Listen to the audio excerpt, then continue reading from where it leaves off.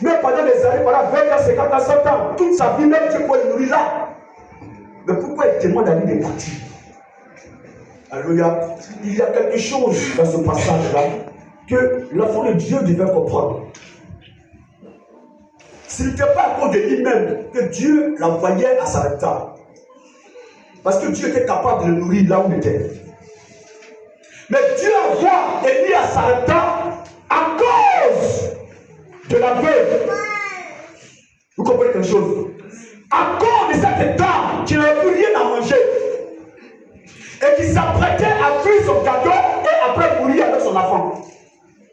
C'est à cause de cette dame que Dieu dit à Élie, va, elle va te nourrir.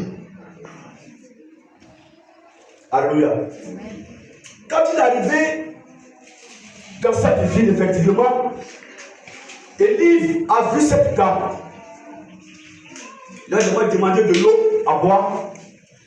Elle allait chercher l'eau.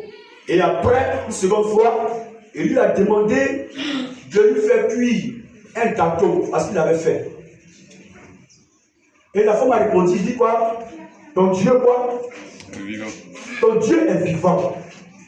Alléluia. La réponse que la femme a donnée, il dit, ton Dieu est vivant.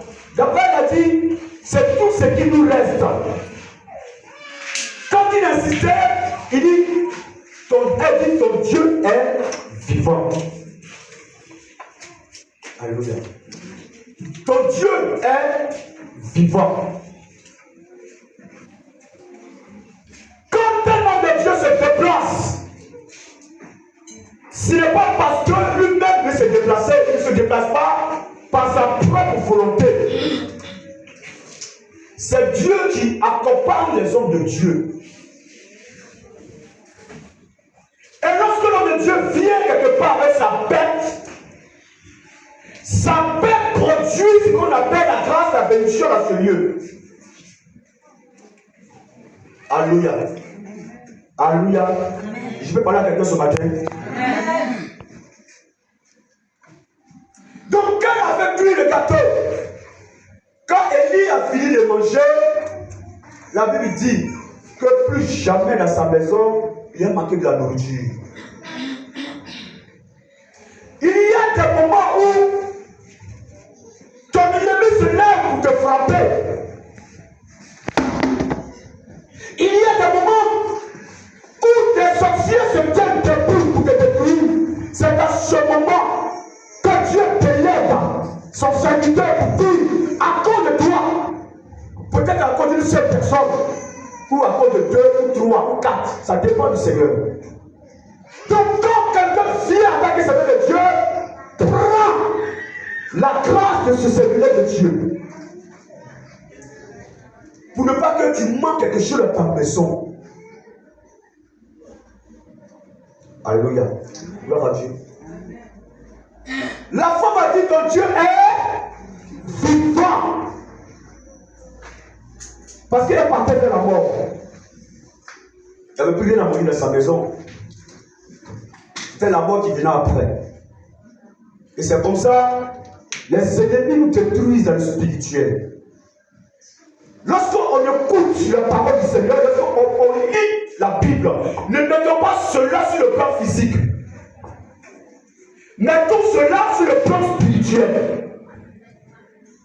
Tout ce qui est dit, mettons d'abord cela sur le plan spirituel. Parce que c'est le spirituel qui guérit le physique. C'est le spirituel qui bénit le physique. Donc, tu peux être vivant, tes yeux peuvent être ouverts. Et tu vas penser que tu es chrétien. Mais il y a longtemps que les ennemis ont détruit ta grâce, ta bénédiction, à cause de ton comportement. Mettons tout avec un chrétien sur le plan spirituel d'abord. Le chrétien, il met d'abord tout sur le plan spirituel. Parce que tu es esprit. C'est l'esprit qui est au-dessus du corps. Alléluia. La dame n'a pas refusé le monsieur. Vous savez, la dame était une chrétienne. Parce qu'on ne lui a pas dit que ce monsieur qui lui parlait d'un prophète. part dans la Bible, il est écrit que un homme va venir te voir, il est un serviteur de Dieu. Nulle part, il est dit quelque part. Mais comme elle était toujours à l'esprit, elle a su que les personnes qui lui parlaient, c'était de Dieu. C'était un serviteur de Dieu.